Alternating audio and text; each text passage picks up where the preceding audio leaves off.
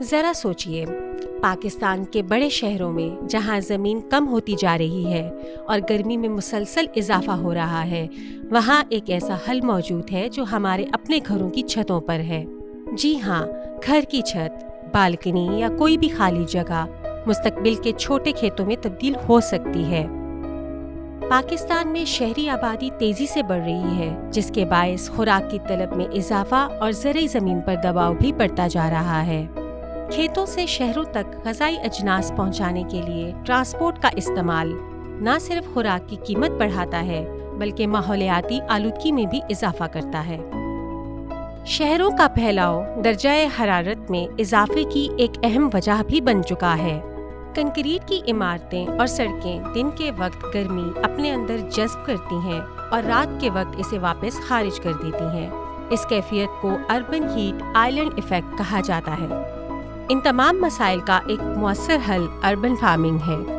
یہ صرف سبزیاں اگانے کا ایک طریقہ نہیں بلکہ خوراک کے تحفظ، ماحول کو بہتر بنانے اور مستقبل میں روزگار کے نئے مواقع پیدا کرنے کا ایک ذریعہ بھی ہے۔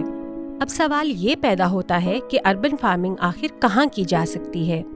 ہمارے ارد گرد ایسی بہت سی جگہیں موجود ہیں جنہیں ہم عموماً نظر انداز کر دیتے ہیں، جیسے گھروں کی چھتیں، بالکنیاں، خالی پلاٹ، اسکولوں کے میدان اور عمارتوں کی دیواریں۔ ان جگہوں سے فائدہ اٹھا کر شہروں کے اندر سبزیاں، پھل، جڑی بوٹیاں اور یہاں تک کہ مچھلیاں بھی پیدا کی جا سکتی ہیں۔ اربن فارمنگ کے کئی جدید طریقے رائج ہیں، جن میں روف top gardens, vertical farming, hydroponics اور ایکواپونکس شامل ہیں۔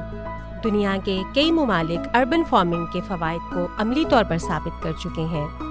کیوبا نے 1994 میں شہری زراعت کو فروغ دینے کے لیے باقاعدہ ادارے قائم کیے، جس کے نتیجے میں کمیونٹی گارڈنز اور آرگینک فارمنگ کو فروغ ملا۔ کینیا اور گھانا بھی اس حوالے سے کامیاب مثالیں پیش کر چکے ہیں۔ تاہم اربن فارمنگ اسی وقت دیر پا کامیابی حاصل کر سکتی ہے جب اسے شہری منصوبہ بندی کا باقاعدہ حصہ بنایا جائے۔ پاکستان میں میاواکی جنگلات، روف گارڈنز، مشروم فارمنگ اور کمیونٹی گارڈنز اسی سوچ کی چند نمایاں مثالیں ہیں۔ تاہم کراچی، لاہور، فیصل آباد، اسلام آباد اور پشاور جیسے بڑے شہروں میں اس شعبے میں مزید توجہ اور عملی اقدامات کی ضرورت ہے۔ ذرا تصور کیجئے، اگر ہزاروں خالی چھتیں سبزیوں کے چھوٹے فارمز میں بدل جائیں، اگر اسکولوں میں بچوں کو اپنی خوراک اگانے کی عملی تربیت دی جائے، اور اگر کمیونٹیز مل کر اپنے علاقوں کو سرسبز بنانے میں کردار ادا کریں، تو ہمارے شہر کتنے بہتر اور خوشحال ہو سکتے ہیں۔ پاکستان کے شہر صرف کنکریٹ سڑکوں اور بلند عمارتوں تک محدود نہیں ہونے چاہیے۔ ضرورت اس بات کی ہے کہ ہم اپنے شہروں کو ایک نئے زاویے سے دیکھیں۔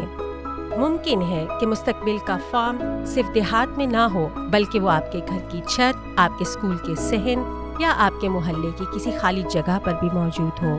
تو اگلی بار جب آپ کو کوئی خالی جگہ نظر آئے تو خود سے ایک سوال ضرور پوچھیے گا، کیوں نہ اس جگہ پر کچھ اگایا جائے؟